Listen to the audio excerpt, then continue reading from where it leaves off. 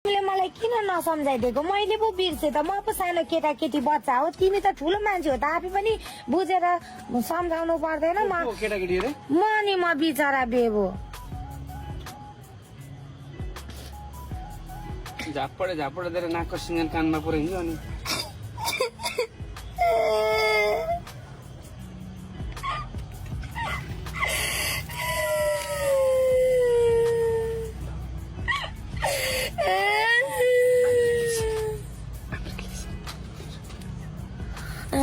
भाड में जा तू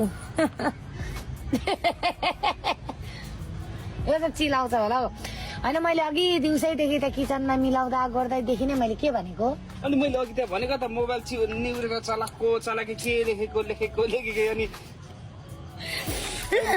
टाइम भइसक्यो माइत जा गइहाल निक्लेर माइत जा भन्नु पर्दैन अनि अहिले 11 मिनटमा पुगिन्छ अहिले गयो भने पनि